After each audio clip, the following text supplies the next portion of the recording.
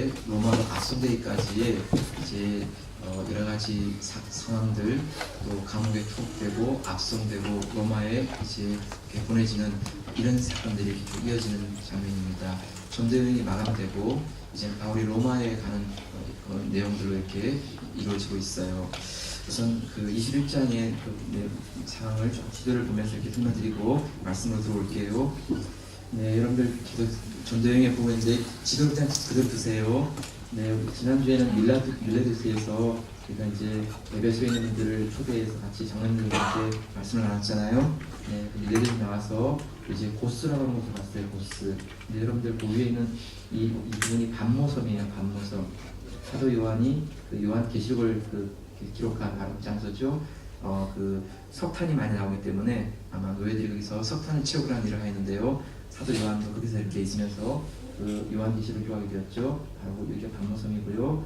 고스를 지나서 로드라고 하는 로드라는 곳에 왔고요. 거기서 이제 터키 지역이에요. 터키 지역 바다라라는 곳에 가서 있다가 배를 타고 이 바다라가 이 팔레스타인으로 가는 그 배들이 이렇게 움직이는 곳이에요. 그래서 이 바다라에 가서 배를 타고 이제 시리아 그거를 왼쪽 편을 보고 와서 두로와 돌레마이에 왔고요. 가이사까지 오는 우리가 이제 오늘 21장에 나오는 내용입니다. 조금 더 들어가 볼게요. 고스라는 곳으로요. 네, 고스라는 곳이 여기인데 헬라 사람들은 코스라고 쓰고 영어에서는 COS 코스라고 쓰더라고요. 고스라는 곳이고요. 그 다음에 네, 현재 이 모습이 코스라고 하는 그 섬의 그 모습이에요. 여기는 이제 그 로드예요. 로드. 이 로드는 혹시 그 고대에서 7대 불가사의라 불리는 그 거인상이 있는 그런 섬인데요. 아마 그때는 풍랑이 일면 그 풍랑을 피해서 있는 항구 역할을 했던 곳이 이 로드라고 하는 섬입니다. 사실 이렇게 거인상이 이렇게 있는데요. 지금은 없어졌어요. 근데 분명히 그 흔적들이 있어서 이 정도의 큰 거인상이 있다. 7대 불가사에 속하는 그런 그 상이 있었어요. 네. 여기는 이제 그 바다라예요. 아주 그 잔잔하고요. 깨끗한 곳이죠. 깨끗한 바다를 하나 더 보이는 곳이고요. 네, 여기를 지나서 이제 두로에 왔어요.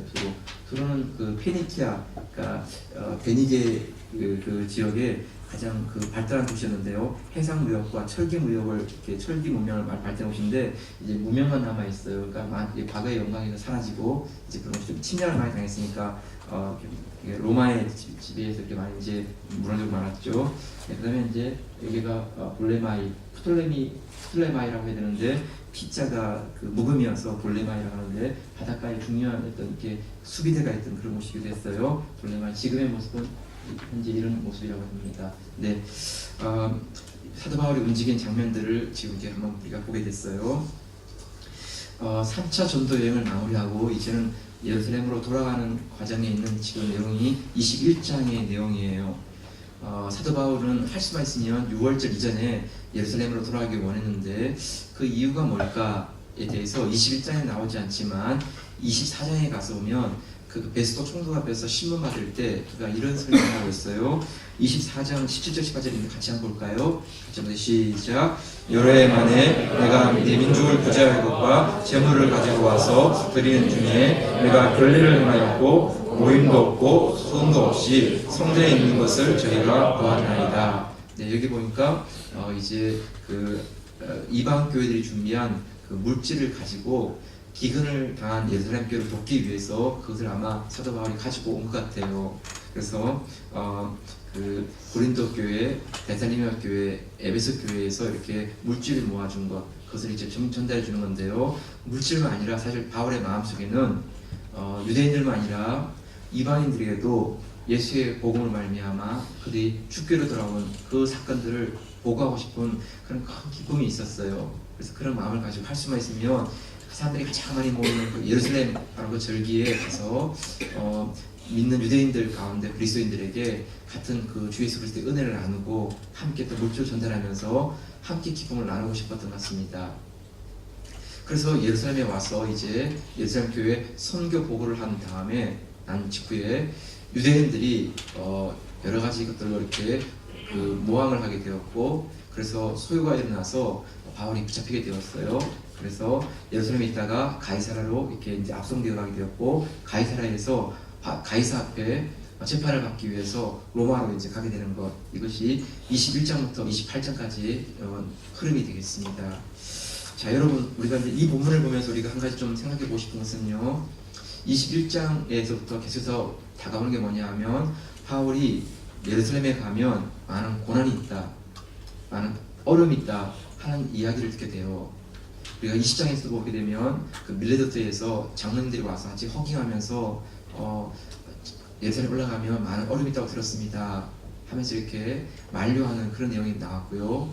21장에도 보게 되면 또 그 두로에서도 그렇고 또 돌레마에서도 그렇고 자꾸 이렇게 사람들이 사도 바울의 앞길에 어려움이 있습니다 이런 얘기를 하는데, 바울이 그런 이야기를 들음에도 불구하고 멈추지 않고 예루살렘을 가겠다라고 얘기하고, 나중에는 로마에 가서 가이사 앞에서도 복음을 전하고 싶다 이런 말을 하고 있어요.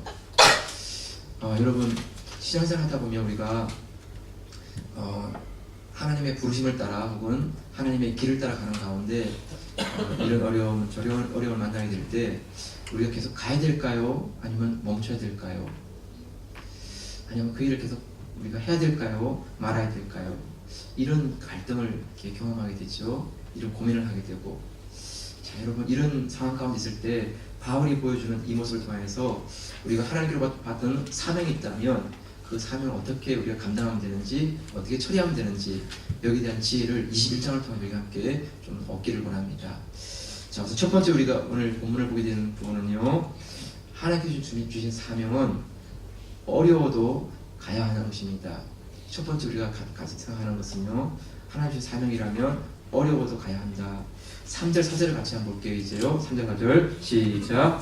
구로를 바라보고 이를 왼편에 두고 수리하러 행선하여 두로에서 상륙하니 거기서 배가 짐을 풀려 함이러라. 지하들을 찾아 거기서 1일을 머물더니 그 지하들이 성령의 감동으로 바울들어 예루살렘에 들어가지 말라 하더라.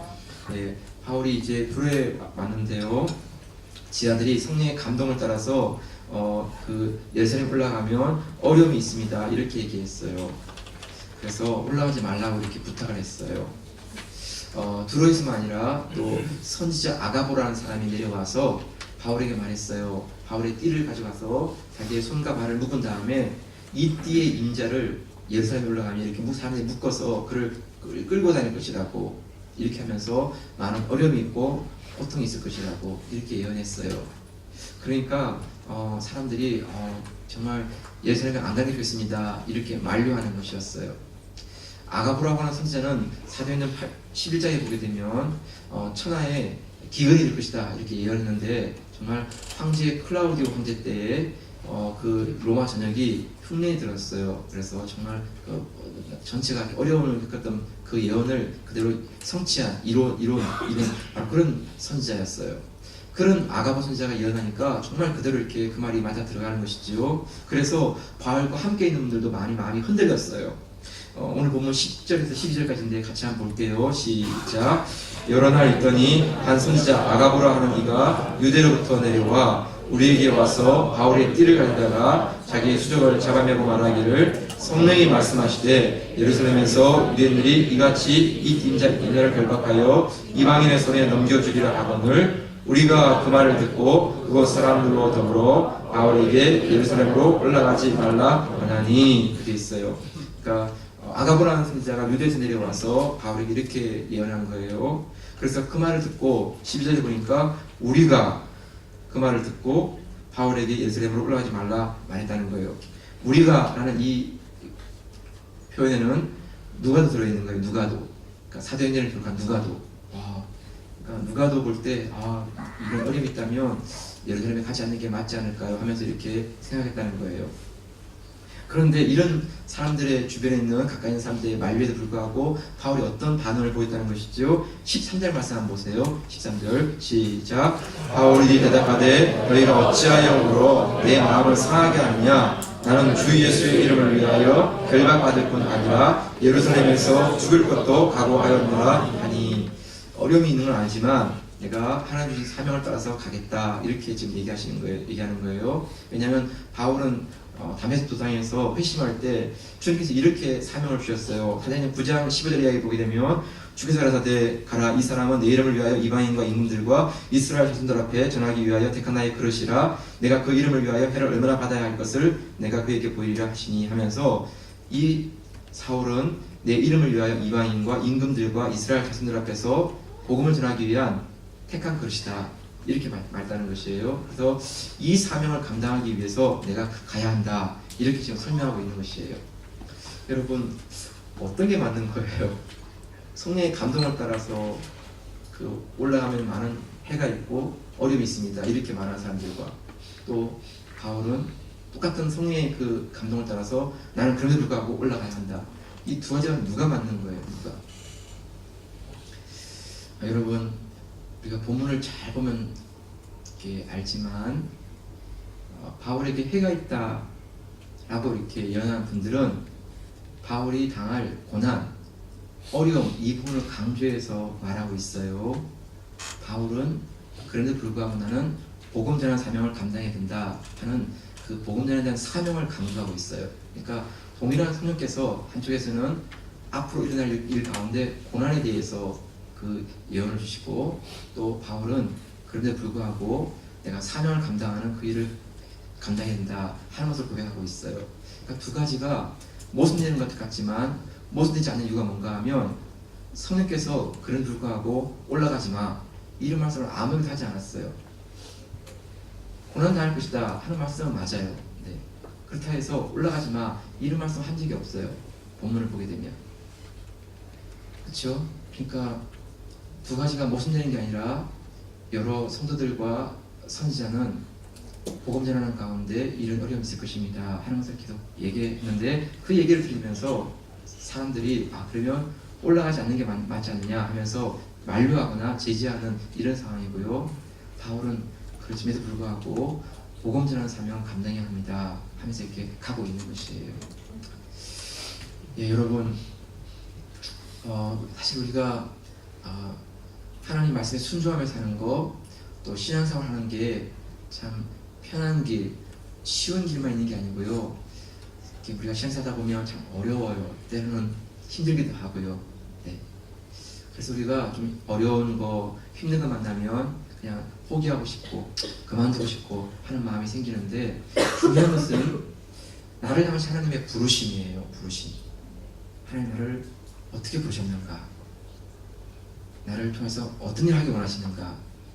우리가 그 하나님의 부르심과 사명을 우리가 깊이 간직할 때 우리가 앞에 있는 그 환경들을 이렇게 넘어갈 수 있는 담대함을 얻을 수가 있어요. 여러분 오늘 우리가 찬송가 512장을 불렀는데요. 이 찬송은요 캐나다 사람 페더스톤이라는 사람이 작사한 곡이에요. 이 페더스톤이 어느 날 이렇게 밥을 먹는데 자꾸 뭐가 이렇게 혀에 뭐가 걸리는 거예요. 그래서 이렇게 혀를 콕콕 씹고 그래서 자꾸 왜 이럴까 싶어가지고 의사한테 가봤더니 혀암이라는 거예요. 그 당시에는 이 혀에 암이라는 게 정말 드문 일이에요. 거의 없는 거예요. 그래서 의사도 놀래고 페더스톤도 놀랐어요. 그래서 어떻게 하면 됩니까? 했더니 혀를 절단해야 된다는 거예요. 혀를 절개해야 된다고. 야, 여러분 이게 얼마나 이게 정말 충격이 됐어요. 그래서 의사가 정말 그 페더스톤에게 너무 안타깝지만 혀를 잘라내야 됩니다. 그렇지 않으면 죽습니다. 그런 거예요. 그래서 수술을 앞두고 페더스톤이 그는 잠깐만 난 시간을 달라고 그래서 그가 정말 하나님께 감사를 드리면서 시를 하나 적었어요. 그 시가 오늘 512장 이 찬송 가사예요. 내 주 되신 주를 참 사랑하고 곧 그에게 죄를 다 보하리라. 큰 은혜를 주신 내 주 예수시니 이전보다 더욱 사랑합니다. 주 날 사랑하사 날 구하시려고 저 십자가 고난 당하셨도다. 그 가시관 쓰신 내 주 배우니 이전보다 더욱 사랑합니다. 큰 영광의 구주 날 사랑하사 그 풍성한 은혜 더하시리니 금 면류관 쓰고 늘 찬송할 말 이전보다 더욱 사랑합니다. 여러분, 이 찬송을 작사하고요, 혀를 잘랐어요. 그 이후로는 페더슨은 말을 못했어요. 그렇지만 이 남겨진 찬송을 할 때마다, 또 이 찬송을 부르는 사람들마다 정말 그 내용을 모르지만 늘 마음 가운데 이전보다 더 주를 사랑합니다, 그 고백이 마음에 와닿는 것이에요. 네. 여러분, 참 이게 신앙생활 한다는 거, 혹은 우리가 사명을 따라간다는 게요, 예상치 못한 이런 어려움, 저런 어려움이 다가오지만, 그래도 불구하고 하나님께 나를 부르신 그 길이 맞다면, 또 그것이 분명하다면 우리가 주저하지 않고 믿음의 길을 걸어갈 수 있는 저 여러분 되기를 축복합니다. 네, 여러분, 주일날 교회 나오는 거요, 참 이렇게 여러분에게 오신 분들 너무너무 대단한 분들이에요. 쉽지 않습니다. 네, 마음에 갈등이 있는 분도 있고요. 요즘 계속 이태리가 특히 밀라노가 교통문제가 너무 많아서 이렇게 뭐 툭하면 교통통제, 툭하면 슈페르 막 이래요. 제 성격 같은 문자야 한꺼번에 다 해버려. 일주일 다 해버리고 그냥 끝내 이제 그다음 이제 막 열심히 일하고 이제 이게 뭐 찔끔 이러니까 진짜 감질 나는 거예요. 막 이렇게 그죠? 뭐 하려고 그러면 또 뭐 슈페르, 뭐 좀 하려고 그러면 교통통제 막 이러니까. 여러분, 아침에 나오려고 그러면요 꼭 사소한 일로 부부싸움 하죠. 아무것도 아닐 때 부부싸움 해요. 좀 말씀 읽으려고 그러면 막 전화가 와. 이렇게 막 전화가 와서 이렇게 기도하려고 그러면 카톡이 왜 이렇게 많이 오는지 답변 안 했어 진짜. 그러다 보면 기도는 다 날아가 버리고 진짜. 그래요. 네. 그래서 여러분, 참 이렇게 신앙생활을 제대로 하려고 하면요, 참 이렇게 마귀가 자꾸 이렇게 방해를 하고 자꾸 이렇게 딴지를 걸고 그래요. 저는 여러분, 쉬운 길, 편한 길만을 생각하는 게 아니고요, 어려워도 가고 힘들어도 간다, 그 마음 가지고 믿음의 경주를 감당할 수 있기를 축복합니다. 네, 사명의 길을 가는 것은요, 네, 여러분, 하나님 주신 부름의 그 길을 따라서 우직하게 가는 것이에요. 그 가운데 하나님께서 붙잡아 주시고 은혜 주셔서 그 길 가운데 하나님의 영광을, 하나님의 은혜를 이렇게 체험하게 되는 것입니다. 여러분, 우리 은혜교회 성도들이 이런 믿음의 사명을 감당하는 성도들을 주님으로 축복합니다. 두 번째, 우리가 본문을 통해서 보게 되어서는요, 사명을 따라 가는 길에는 반드시 기도가 함께해야 돼요. 기도 없이는 갈 수가 없어요. 5절 6절 한번 볼까요? 5절 6절 말씀 시작. 이 여러 날을 지난 후 우리가 떠나갈새 저희가 다 그 처자와 함께 성문 밖까지 전송하거늘 우리가 바닷가에서 무릎을 꿇어 기도하고 서로 작별한 후 우리는 배에 오르고 저희는 집으로 돌아가니라. 예루살렘으로 가는 길이 지금 어려움이 있다 하는 것을 들었잖아요. 이런 어려움을 들으면서 포기하거나 주저하거나 하는 게 아니라 기도하는 것이죠. 기도하는 거. 네. 여러분, 기도 없이는요 신앙생활 하기가 어려워요. 기도하지 않으면 믿음으로 감당하기가 어려워요. 하루에 30분 정도를 기도하지 않으면요, 여러분, 자꾸 우리 마음의 중심이 다른 것에 자꾸 빼앗겨요. 사람에게, 환경에게, 아니면 내 감정에 막 휘둘려가지고 하루를 살아가지만 중심이 안 잡힌 가운데 그냥 이렇게 마음이 허전한 이런 삶이 돼요. 근데 하루에 30분이라는 시간을 내서 하나님께 기도하고 말씀을 읽고, 그런데 그 30분이 내 믿음의 중심을 잡아줘요. 내가 환경 가운데 흔들리지 않게 하시고 다른 사람과 비교하지 않게 하시고 하나님께서 주신 그 부름을 따라서 내가 오직하게 발걸음 옮기는 그런 삶을 살게 해줘요. 그래서 느리게 가는 것 같은데 느린 게 아니라 빨리 가는 것이에요. 네, 그런 놀라운 일이 일어나는 거예요. 여러분, 5절 말씀을 한 번 더 봐요. 5절 말씀이에요. 5절 말씀 시작. 이 여러 날을 지난 후 우리가 떠나갈새 저희가 다 그 처자와 함께 성문 밖까지 전송하거늘 우리가 바닷가에서 물을 끓여 기도하고. 네, 여러분, 남자들만 아니라 그 아내와 아이들이 함께 나와서 그 성문 밖까지 전송하는데 바닷가에서 물을 끓고 기도했다라고 되어 있어요. 여러분, 이게 지금 우리한테는 좀 이렇게 낯설지 않지만 그 바울 당시에는 이게 너무나 낯설었어요. 사람들이 보는 앞에서 무릎 꿇고 기도한다. 이상한 놈들이에요. 정신 나간 놈들 좀 보이고요. 그렇죠? 그리고 그리스도인들, 그 그리스도를 따르는 무리들, 그게 좋은 일이 아니었어요. 그 당시에, 초대교회 당시에는요. 네, 가이사 외에 다른 가이사를 주장하는 이상한 집단들, 또 그 주님의 살과 피를 먹는다는 것에 오해되어서 어린아이를 잡아다가 그 아이들의 살과 피를 나누는 식인 집단, 이렇게 오해받던 그런 상황이었어요.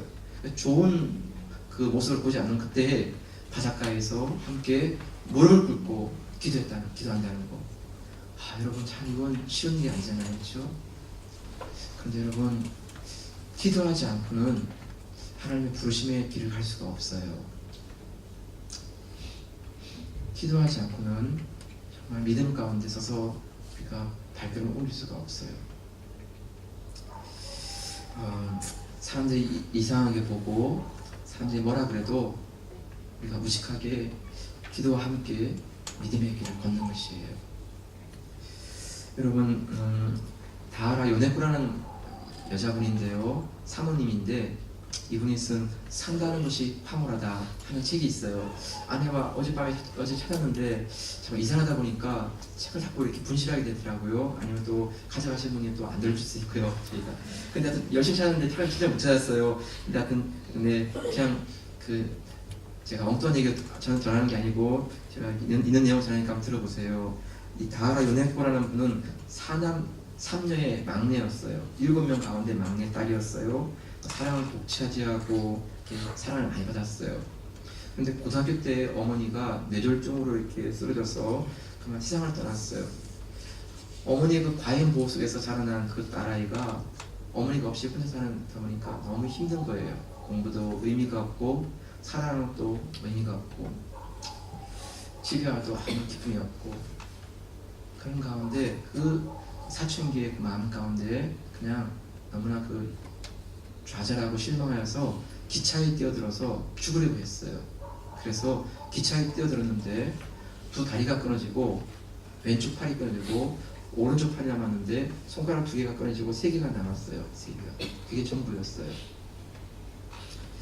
여러분, 이런 나중에 깨어보니까 자기의 모습이 두 다리도 없고 팔도 없고 오른팔 가운데 3개만 남아있고, 여러분 어떻게 살아가겠어요? 그래서 또 죽으려고 했어요. 또 죽으려고.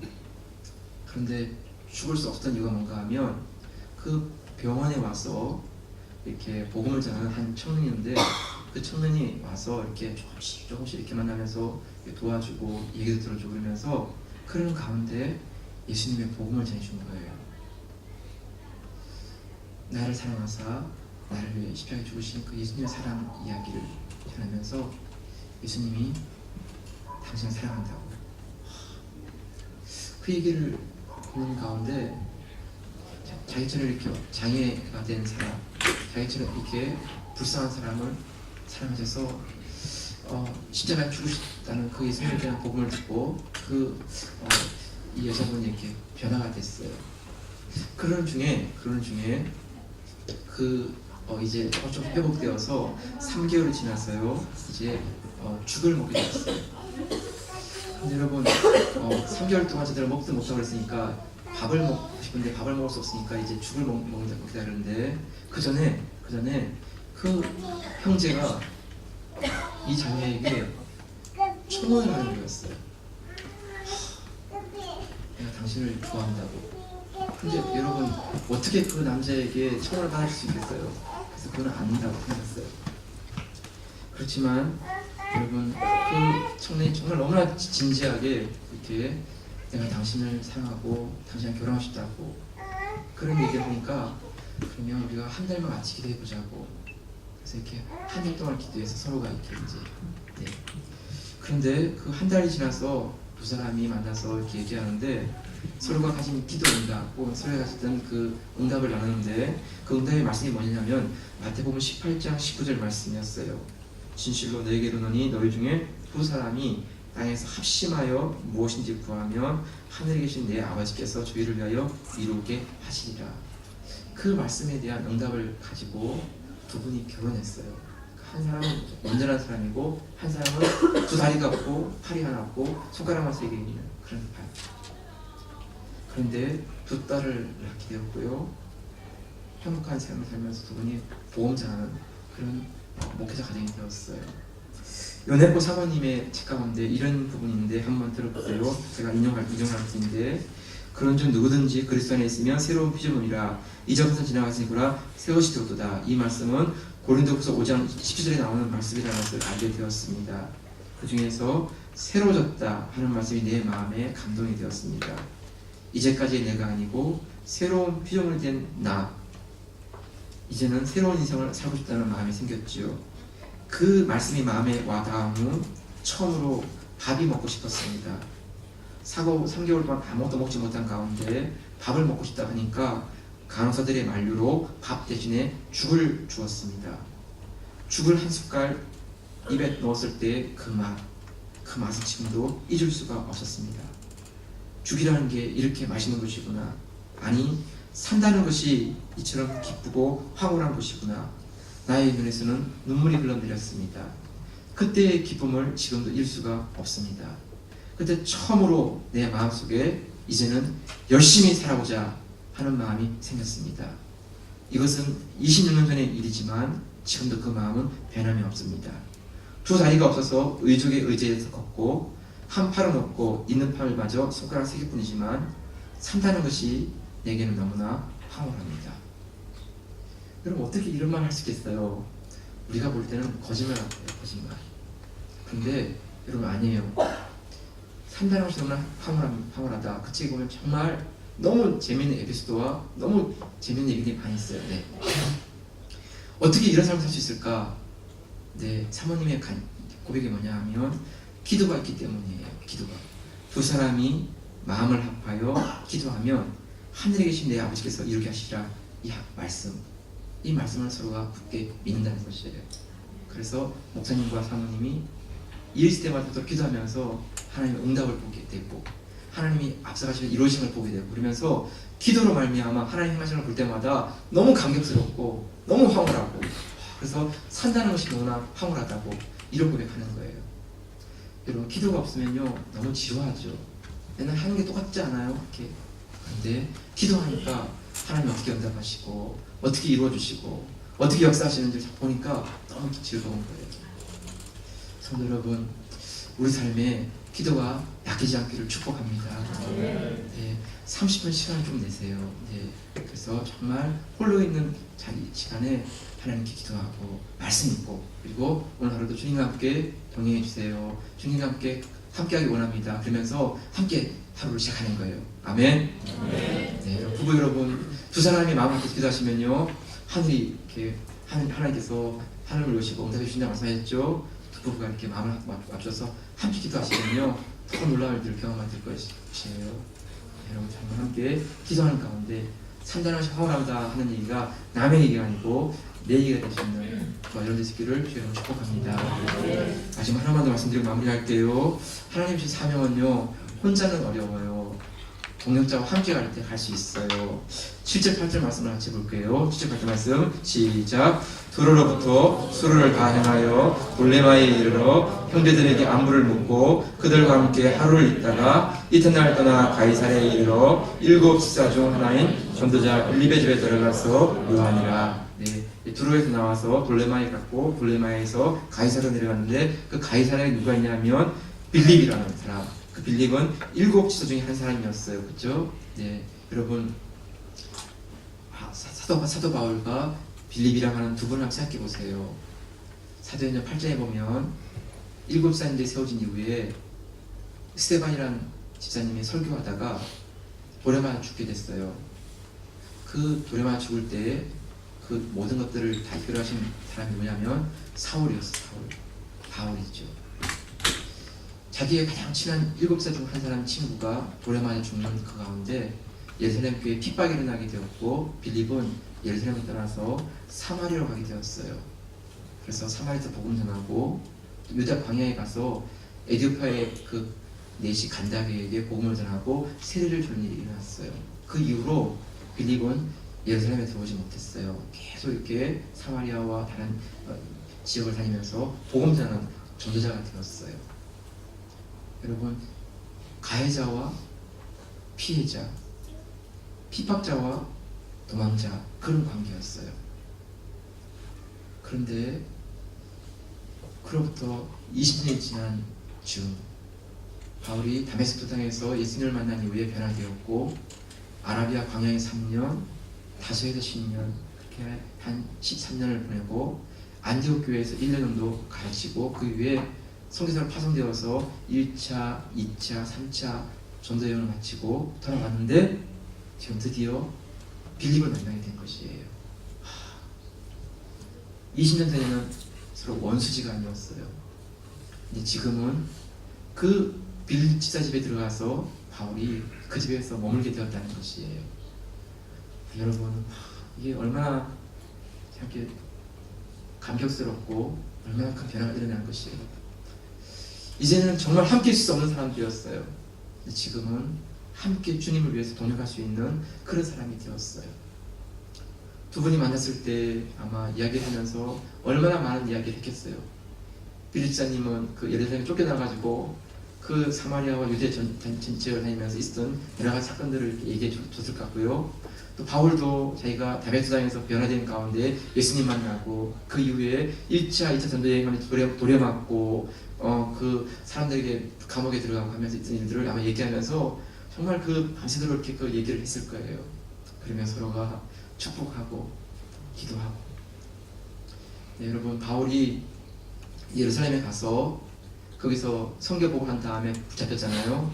그리고 사람들이 바울을 죽이려고 하니까 그 바울을 가이사랴로 이렇게 옮겨야 되는데 바로 그 가이사랴에 2년 동안 머물러 있는 동안에 빌립 집사님이 2년 동안 바울을 잘 섬겨줬어요.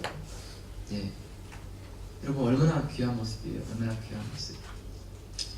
참, 여러분, 사명을 따라가는 속에는요, 혼자는 어려워요. 네. 그렇지만 하나님께서 이렇게 믿음의 동자를 만나게 해주시고 기도의 동자를 만나게 해주시고 하나님의 사람을 만나게 해주시니까요, 정말 이렇게 힘이 나는 거예요. 막 힘이 나는 거예요. 네. 80년대에 있었던 그 개그였는데요. 여러분들이 들으면 되게 썰렁할 거예요. 그때는 이렇게 먹는 게 참 이렇게 레스토랑에 가서 고기 먹는 게 되게 분위기가 있었거든요. 그래서 대부분 그 데이트할 때 레스토랑 가서 이렇게 막 양식을 막 쓸면요, 진짜 최고의 데이트였어요. 이렇게. 네, 그래서 이렇게 막 네, 그래서 이렇게 막 이제 레스토랑 가서 두 남녀가 이렇게 막 데이트하면서 먹는데요. 그때 마치 아마 모차르트의 곡이 나왔나 봐요. 이렇게 모차르트의 맛이 나오니까 여자가 얘기했대요. 이 곡이 지금 무슨 곡인지 아세요? 남자가 이거 돼지고기인데. 네, 썰렁하죠. 네네. 네. 아무튼 그때 그랬어요. 네, 아무튼 근데 여러분, 이렇게 두 분이 이렇게 데이트하는데요. 제가 일산에 가서 일산에 가니까 정말 멋있는 카페들이 많더라고요. 네, 그래서 막 이렇게 거기서 이제 차를 마시는데 나중에 너무 분위기가 예뻐가지고 그랬는데 주인이 그러더라고요. 자기가 탁 보면 안 돼요. 아, 두 분이 연인이구나. 아, 두 분이 이렇게 부부구나. 어떻게 하냐고 그걸 이렇게. 연인은요, 날씨가 더워도 붙어 있는데 두 사람이 붙어가지고 이렇게 막 안 떨어진대. 이렇게 막 서서 막 얘기하고 있는데, 부부는 와서 차 마시고 그만 나버린대. 그냥 뭐 차 마시고 그냥 가버린대. 와, 그러니까 뭐 할 얘기가 없다는 거예요. 할 얘기가. 되게 썰렁하죠. 네. 네. 하고 싶은 얘기가 뭔가 하면, 여러분, 가장 가까운 동역자가 부부인데 우리가 참 이렇게 그 가까운 동역자의 부부를 참 이렇게 동역자로 여기지 못하는 거예요. 서로가 되게 불편하기 때문에 자꾸 이렇게 같이 있기도 힘들고 그래요. 제가 이 말씀을 준비하다가 인터넷에 올라와 있는 그 유머 가운데 이런 게 있더라고요. 이럴 때 아내가 밉다. 네, 남편들의 고백이에요. 네, 어느 때 밉냐면 사위. 네, 모처럼 아내에게 선물했는데, 아니 이 선물 어디서 샀어? 내가 언제 이런 선물 받고 싶대? 오와, 이런 말 진짜 남자들이 막 상처받는데요, 남편들이. 여러분, 제발 그러지 마세요. 그냥 주면 잘 받아가지고 나도 평생 늦더라도 그냥 이렇게 어머 고마워요. 정말 그런 말 좀 이렇게 해주세요. 너무 진짜 짜잘하게 대하니까 남자들이 진짜 3인 저녁에 늦게 들어오게 되었어요. 이유를 설명하려고 하는데 아내가 그러는 거예요. 아니 무슨 남자가 이렇게 말이 많어. 됐어. 이러는 거예요. 와, 진짜 남자도 좀 말 좀 하게 해주세요. 그냥 2위가 있어요. 2위는 토요일이나 주일에 일요일에 집에 쉬고 있는데 아니 월급은 쥐꼬리만큼 받아오면서 누워있기는 일어나! 시간 쳐서 빨리 좀 해. 막 이래서 막 남편을 깨우는 거예요. 근데 정말 남편 아내가 밉대요 진짜 이렇게. 아내가 밉대. 일가 뭐냐 일이 집에서 가장 노릇 좀 하려고 애들한테 좀 폼을 잡으려고 그러는데 그런 거예요. 아이쿠 꼴에 남자라고 진짜. 이래서 이렇게 남편을 이렇게 무시하는 거잖아요. 정말 이때 진짜 남자들 입장에서는 아내가 밉대요. 근데 여러분 진짜 이게 하나님께서 참 여자분들에게 좋은 시대를 주셨어요. 근데 진짜 여자분들 이렇게 진짜 상위 시대가 되고 요즘 남자들 순환 시대예요. 이렇게 정말 남자들이 진짜 어디 가도 길을 펴지를 못할 때가 많아요. 집에 들어오면 맨날 이렇게 맨날 아내한테 쫑고 먹고 우리 집 얘기하는 거 아닙니다. 네, 분명히 얘기하는데 저희 아내는 그런 사람 아닙니다. 정말 제 아내는 그런데 남의 얘기하는 거죠. 남의 얘기. 네. 근데 아무튼 여러분 그 부부는요 정말 이렇게 그냥 가장 좋은 동역자인데 자꾸 세상이 혹은 마귀가 부부 사이를 갈라놓는 거예요. 그래서 서로가 기도할 수 있는 그런 것들을 자꾸 이렇게 끊게 만들거나 믿음으로 함께 할 수 있는 것들을 자꾸 이렇게 나누게 만드는 것이지요. 그래서 여러분 정말 부부일수록요 서로를 위한 기도가 필요해요. 네. 아내의 기도로 남편이 승리할 수 있고요. 남편의 기도가 아내를 세워줄 수 있어요. 그래서 여러분 정말 부부가 가까이 있기 때문에 서로 믿지 마시고요. 기도해 주세요. 아내를 축복합니다. 하나님 남편을 축복합니다. 여러분 부모와 자녀도 마찬가지인데요. 참 이게 세대 간에 참 갭이 많이 생겨요 자꾸요. 근데 여러분 아이들을 많이 축복해 주세요. 네. 그리고 아이들도 너무 집에서만 두지 마시고요. 함께 예배 자리에 기도 자리에 와서 함께 때로는 좀 힘들기도 하고 어렵까지만 그것들을 보면서 아이들에게 믿음의 추억, 믿음의 감동, 믿음의 사건들을 보면서 아이도 같이 그 믿음과 나서야 되는 것이에요. 그래서 여러분 아이들 같이 이렇게 예배드리면서 우리가 함께 나가는 귀한 동역자가 되면 좋겠어요. 네, 여러분 부부 간의 가족들 가운데 무엇보다 우리 교회들 가운데 그런 아름다운 동역하는 모습을 좀 보면 좋겠어요. 참 여러분 우리가 잘 대해주고 좋게만 대해주는 게 좋은 게 아니고요. 정말 기도로 축복하는 그런 관계, 믿음의 나눔이 있는 관계, 참 그게 진짜 동력이에요.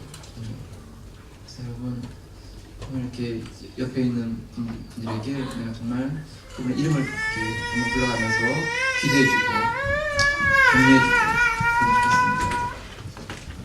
오늘 말씀을 이제 마무리할게요. 여러분 우리가 앞에 어려움이 있고 고난이 있지만 사명을 따라 가는 길은요 쉬운 길, 편안한 길은 아니고 내가 이렇게 어려움도 있어요.